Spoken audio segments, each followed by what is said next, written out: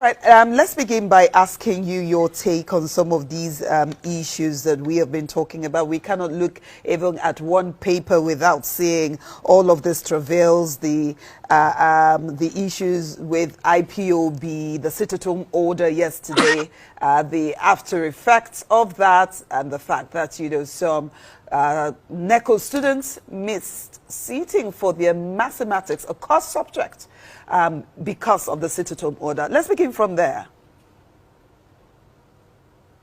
Well, it's quite unfortunate that students who have the opportunity to determine their destiny and career are caught in the midst of the sit-at-home declared by independent peoples of Biafra.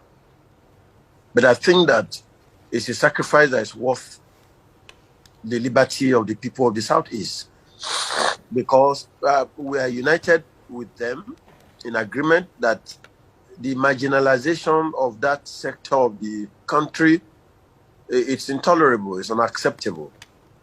If you have visited the Southeast, there's no federal presence there in terms of infrastructure and even companies and government establishments. It's like the civil war is still on.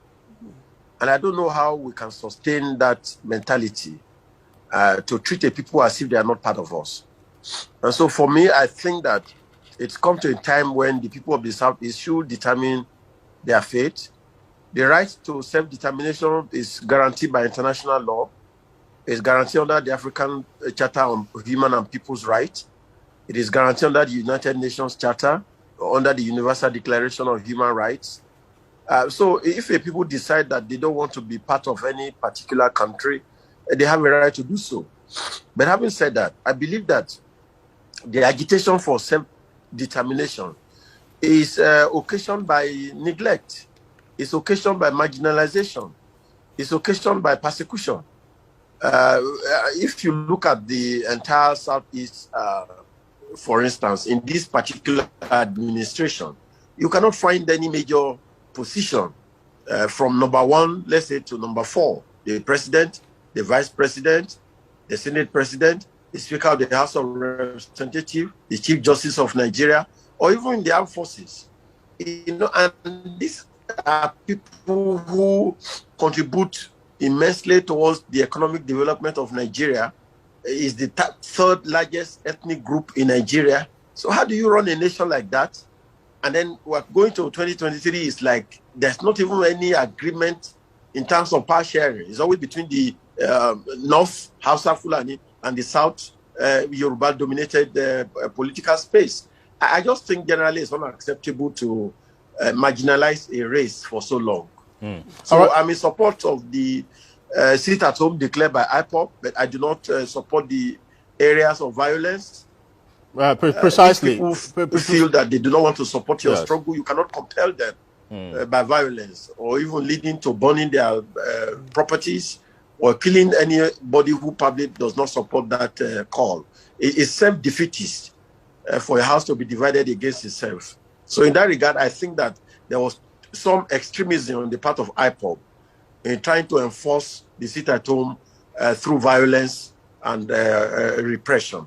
Because what you are suffering in the hands of the Nigerian state, you cannot then impose it on your own people. Otherwise, charity should always begin at home. Thank you. All right, Abun, thank you. Let's interrogate some of these concerns you've raised. You've identified the fact that, well, self-determination is guaranteed under international protocols. Nigeria is a signatory too. And also the right to civil disobedience is also, you know, allowed in the Nigerian constitution. But the mode and pattern that we are seeing, which is playing out in the South, especially within this group called the IPOB, proscribed as they are you concerned that it's taking extremist dimensions? We've seen pictures, we've seen videos of what happened yesterday. We've seen poor people who are just struggling to survive, who are setting up some backyard restaurants, fixing their meals, and so-called IBO people move in, scatter everything. The livelihood for that day is lost for that poor woman, and several other cases such as that. is that not assuming some extremist dimension? And how do you think this should be best handled? Well, if you look at the events in the Southeast geopolitical zone, you will discover that this is the second time in the series of a sit-at-home. The first one was on May 30th, which was in remembrance of the fallen heroes of Biafra. And it was absolutely successful, about 110%. It witnessed about 110% success.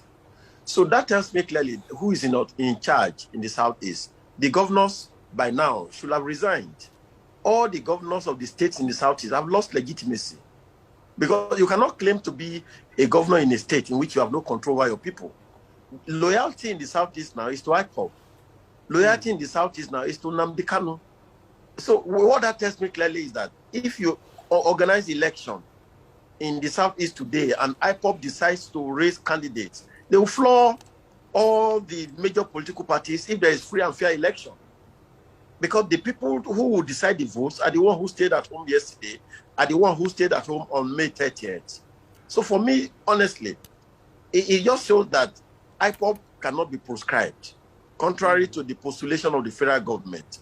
Because you don't proscribe an organization that has mass following in the way we have seen it in at least 2 major instances of the sit-at-home that has been declared.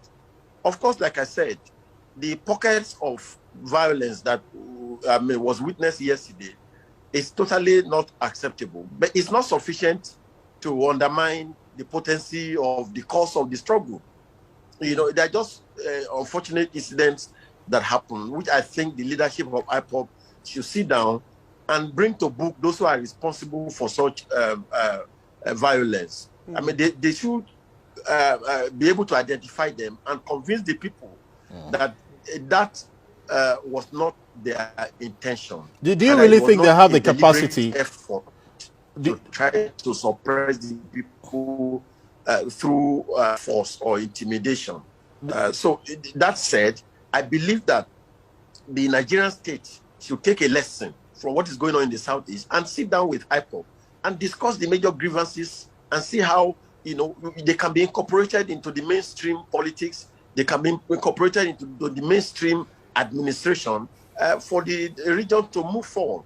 Because, I mean, given the experience of what happened to El Zarzaki, I mean, in Zaria, you can't suppress these organizations. Given the experience of what has happened even to Boko Haram itself, or to our People's Congress, you know, so these are ethnic militias that you probably have to find a way to discuss with them in the way that we did with Niger Delta militants, and we're able to get peace in that region. So for me, I do not support the destruction of properties, the lootings, the killings.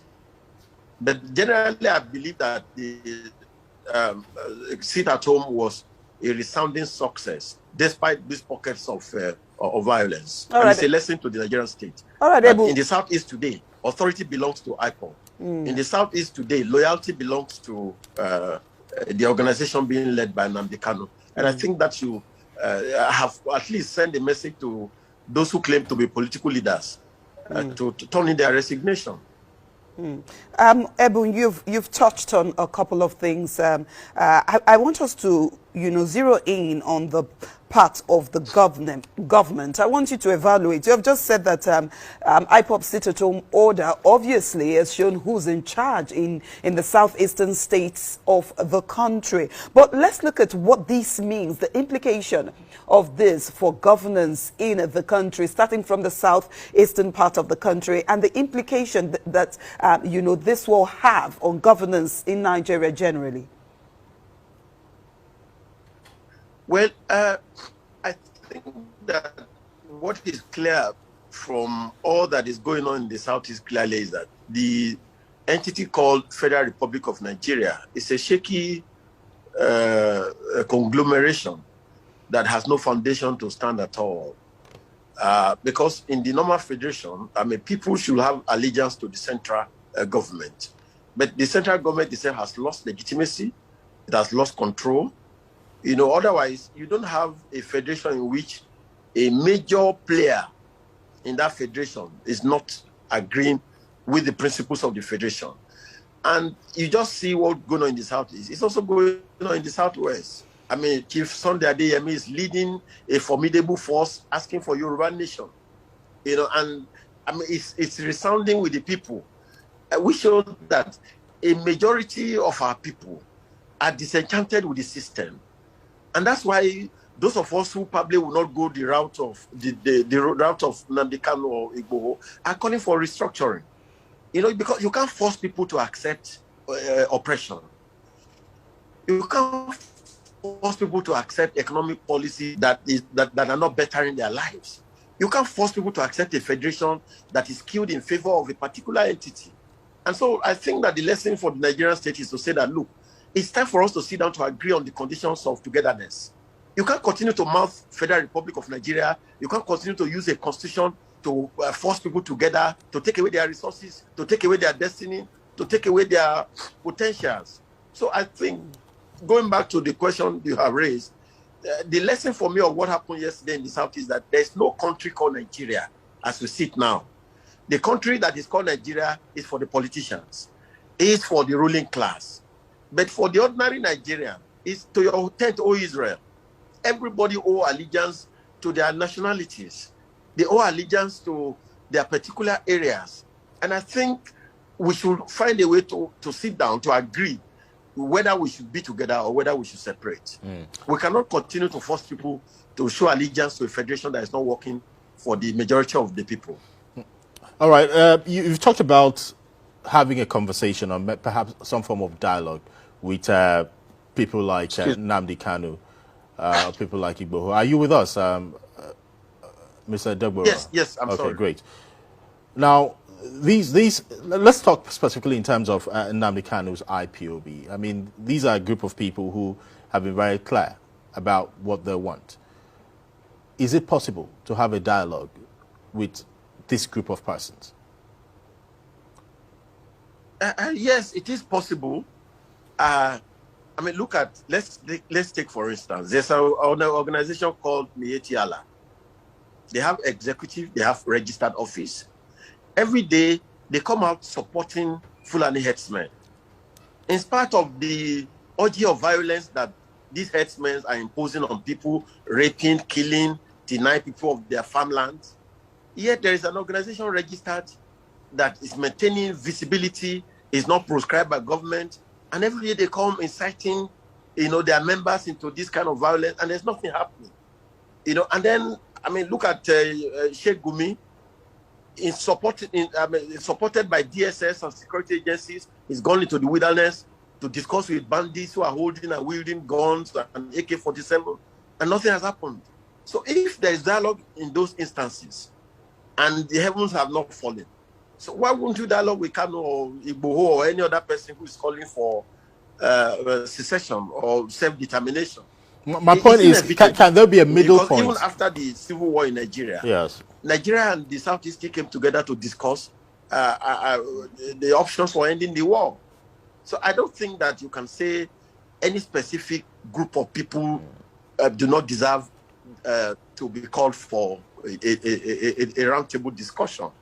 When it happened in the Niger Delta, we had to engage the Niger Delta Avengers. You remember the vice president went through all the creeks in Akwa Ibom, in Rivers, in Delta, in Ondo, to meet with the militant leaders, to meet with the community leaders. And it was that trip, that engagement, that gave them a sense of responsibility, a sense of belonging. So I think that it's important to first of all examine how Kanu got to this country. Was his extradition lawful? Did he follow due process? We'll come to that in a moment. Was this more good as is being claimed?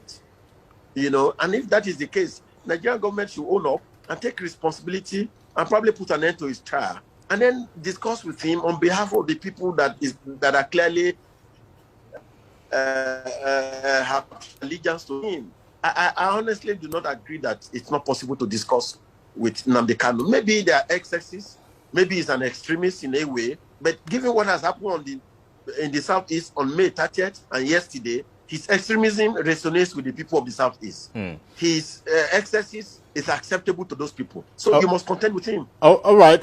Yeah, but some persons would also argue, because we had reports coming in from the Southeast yesterday, many people who decided to stay at home stayed at home not because of the fact that they wanted to comply with the order of IPOB, but because of fear that if they come out, they may be harmed one way or the other. But I'm talking about, you've cited the example of, the Niger Delta Avengers and how the government negotiated with them.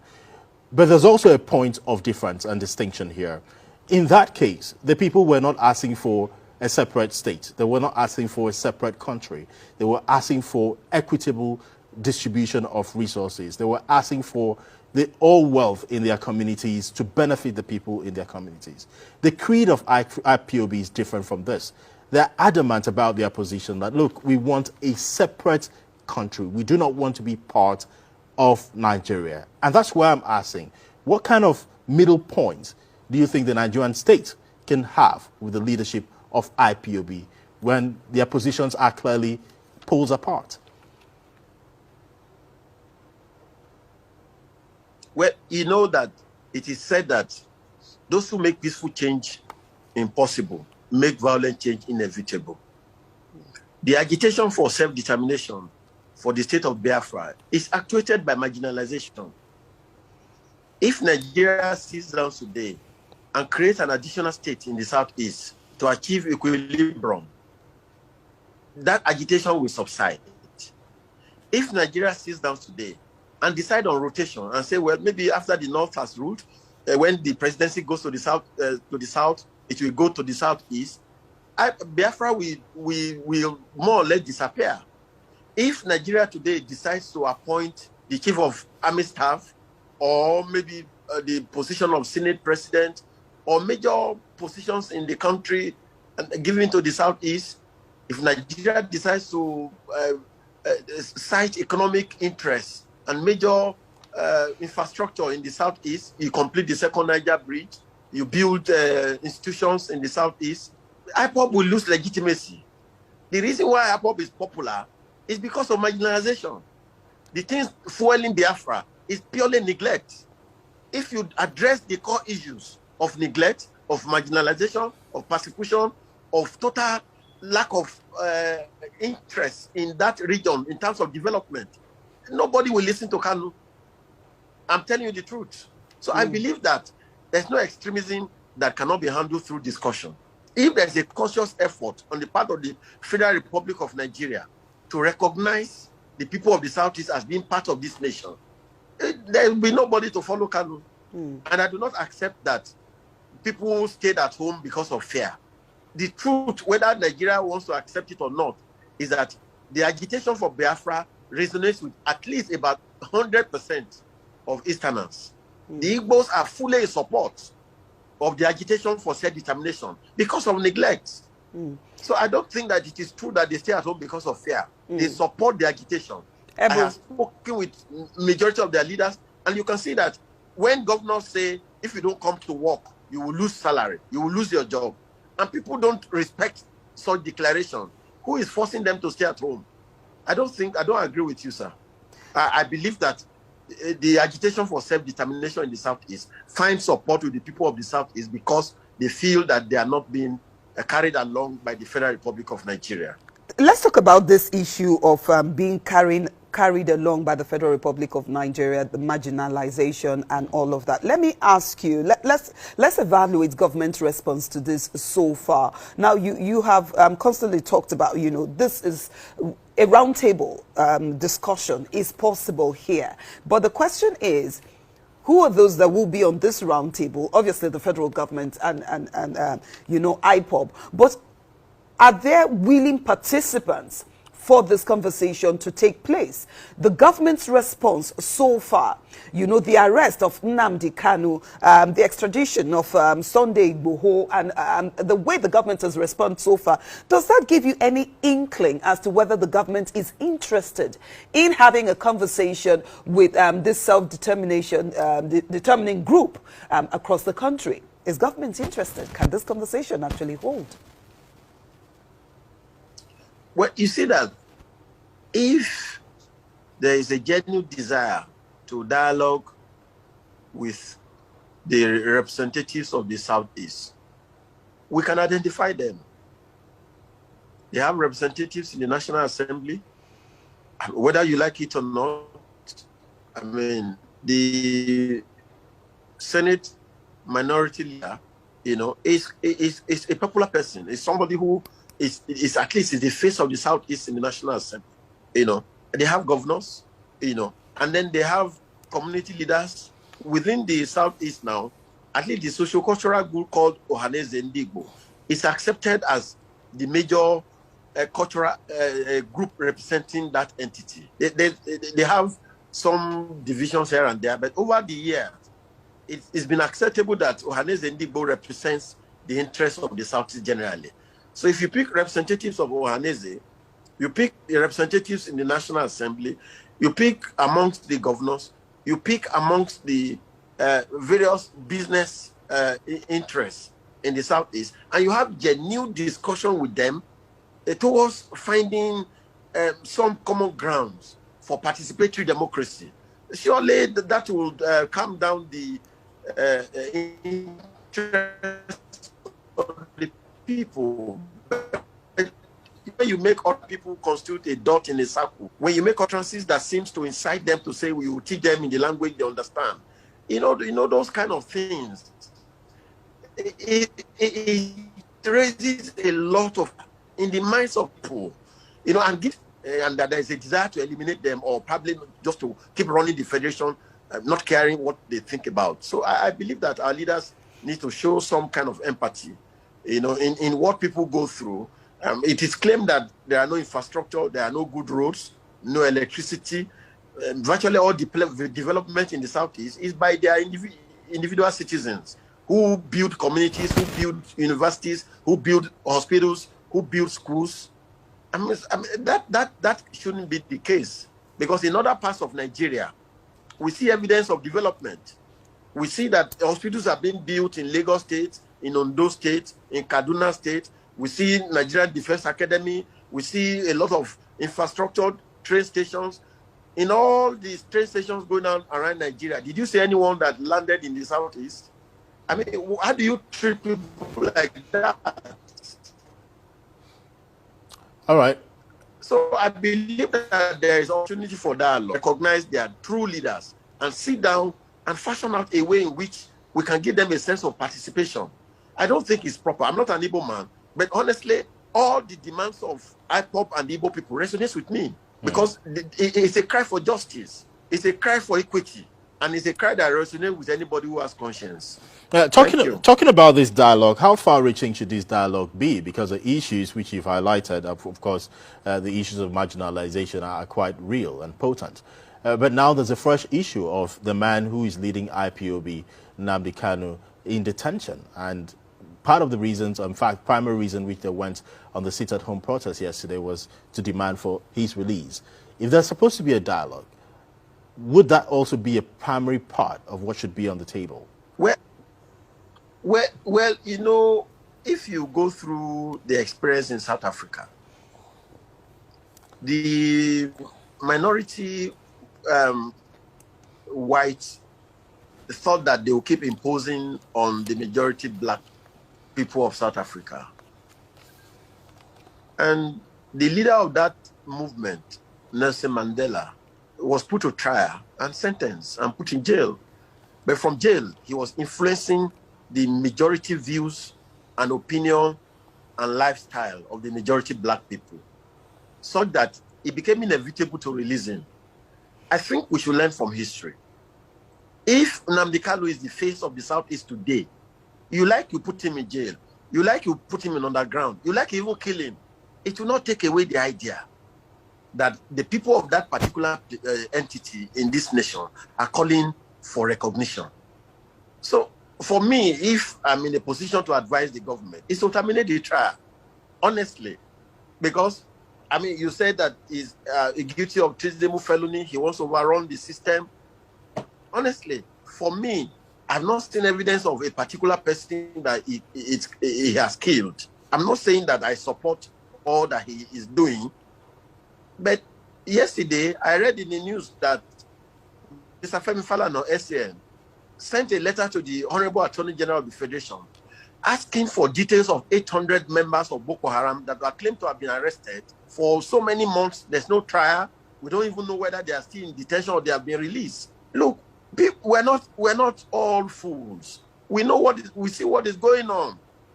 In a way, it seems that the government is applying different measuring rods for treating a particular people and treating another particular people. If you say Nnamdi Kanu is guilty of treasonable felony, then what happens to Boko Haram? Honestly, you can imagine if the people of the Southeast had shot down enough aircraft in this nation, probably the government will have wiped out the entirety of that region. But it happened somewhere in this country and nothing has happened. We have buried that idea. We don't even know where the plane is. We've been told that Boko Haram and bandits have acquired rockets that can shoot down planes. And I mean, so who else is waging war against Nigeria? Is it people who are engaged in civil disobedience and staying at home, or people who are acquiring weapons every day and you pay them millions to acquire more weapons and there's nothing being done about it, and you put somebody in trial and say he's committing treasonable felony, you chase the other one out of the country and you want to extradite? I mean, honestly, let's be fair to ourselves. I don't think anybody is under any illusion currently that Nigeria is being run as an equal state. I don't think anybody is under any illusion. That's why you see that in spite of what happened to Chief Onafefe James Sibori, in spite of all the persecution, the trial, please go to Delta State today. He's still a hero. I saw a senator kneeling down before him on social media recently. I mean, if people accept, do you approve of such? Do you approve of such gesture? To them, in spite of what the federal has done to denigrate them, it just shows you the sense of discontentment with the nation called Nigeria. Well, everybody owes allegiance to their regions and to their leaders. But I believe that the room for dialogue should not be closed. The trial should be terminated. It should be freed, and then it should be used as a platform to get others to support the dialogue through him to reach out to the people of the Southeast. Honestly, that is the solution to this issue. Supporting our regions and putting our ethnicity before our nationality is not something we want to, promote, at the detriment of our country, is it, Ebu? No. It's not about supporting nationality. Nigeria is a federation. The meaning of federation is that there's a weak center and strong regions. It is the military that has imposed this unitary system of federalism. In a federation, allegiance is to the ethnic regions. Strength should be in the states.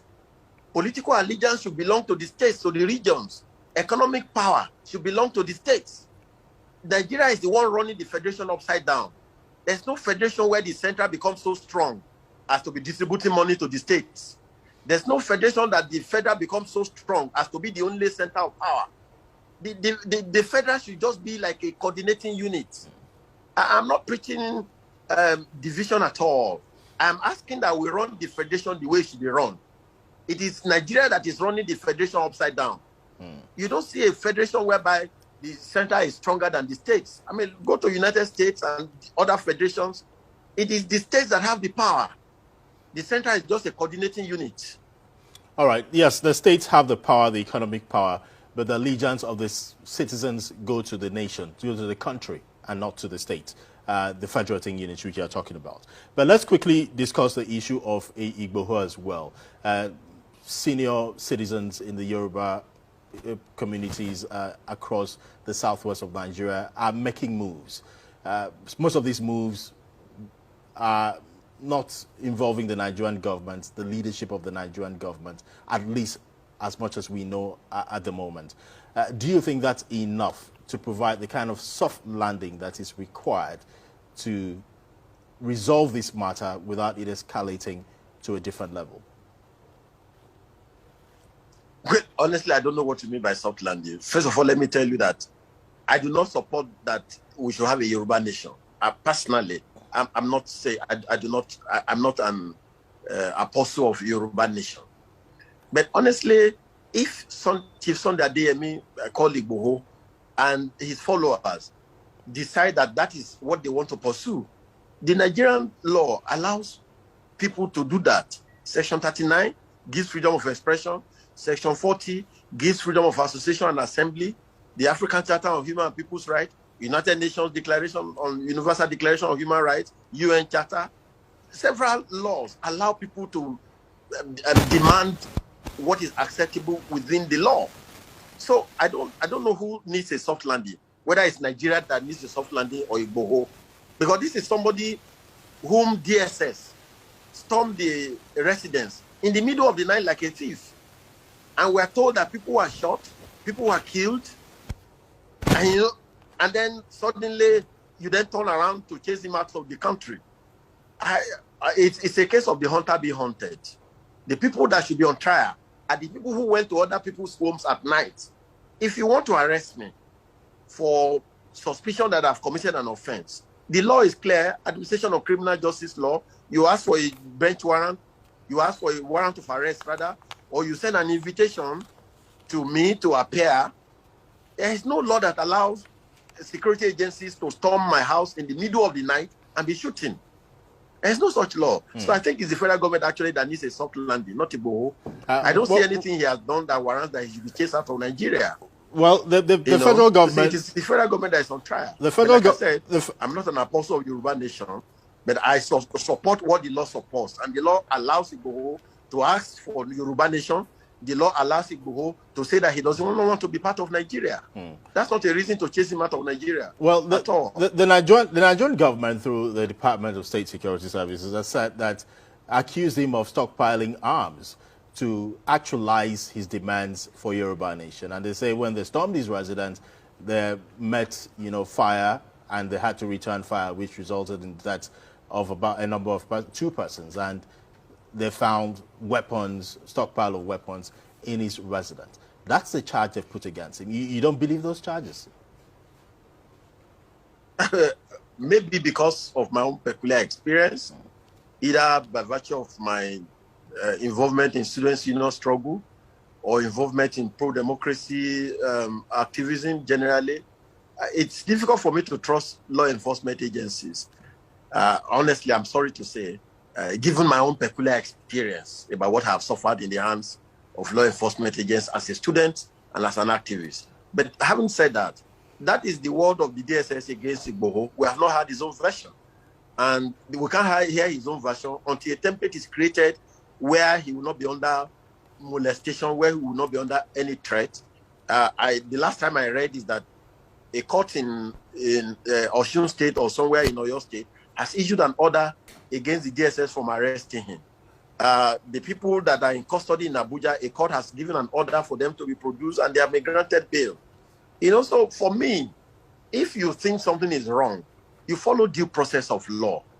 I mean, between Sunday Igboho and Miyetti Allah and Boko Haram, and the bandits, who are the people stockpiling arms? I mean, we see people on television, national television, holding AK-47 with several rounds of ammunition and dialoguing with security agencies, with governors, and nothing has happened. And then you claim that somebody is stockpiling arms without evidence, and then you storm his house and you are shooting. Oh, come on, please. I don't think that we should get to that level, whereby we treat people with different standards. That's no longer justice. So for me, if you have any allegation against anybody, take him to court and prove the allegations in the way that the law recognizes, not to go to the house and shoot and seek to forcefully, arrest.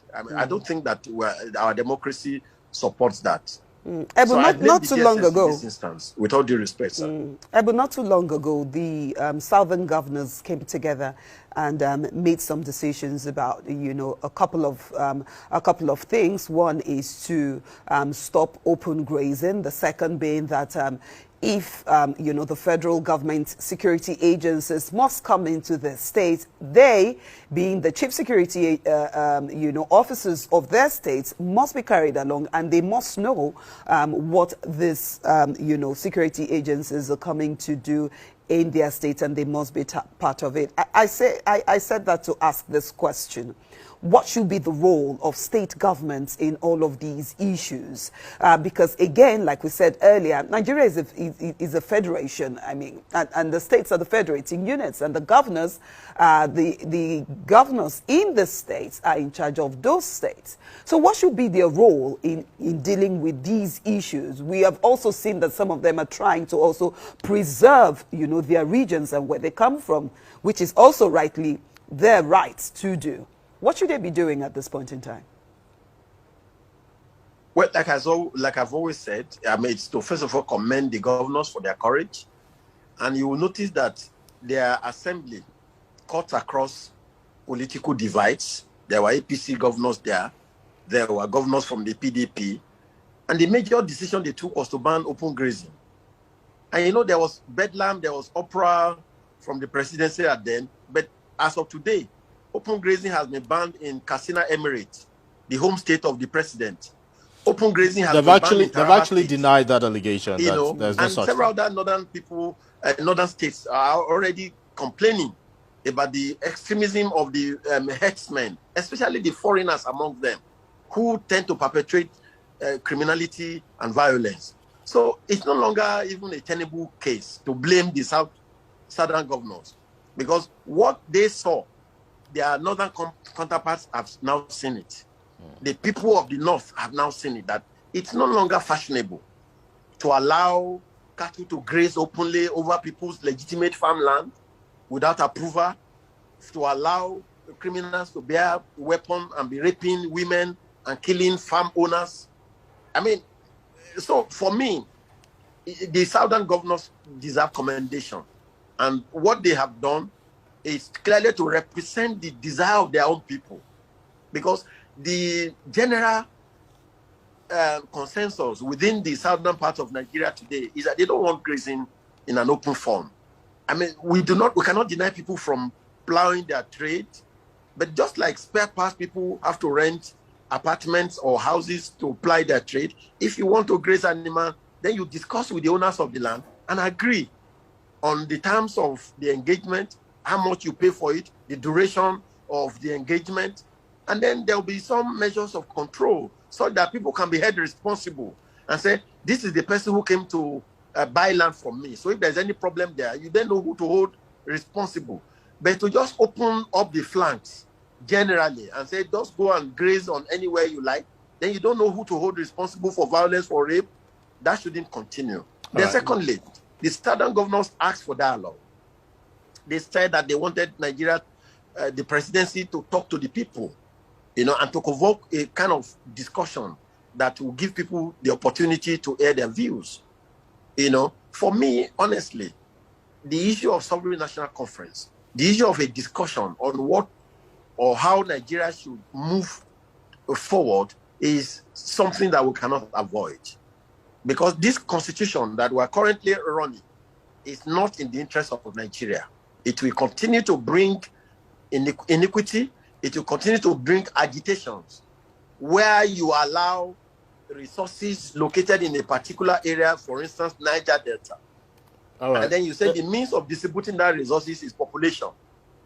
And then this population is fueled by the migration of foreigners to a particular part of the country, and they are counted as part of the population of that area, which means that the resources will go more into that area. The second unfortunately, we have to go. Resources is land mass. We have to go, Ebu. Honestly, with all due respect, we want to thank you very much for your time. Deceive ourselves that such iniquity can last for a longer time than people have tolerated them. All right. Then talking about what you have raised about the governors. Unfortunately, we do not have time to continue. The Constitution. Sorry, if you can hear us, we can hear us. We might have to go now.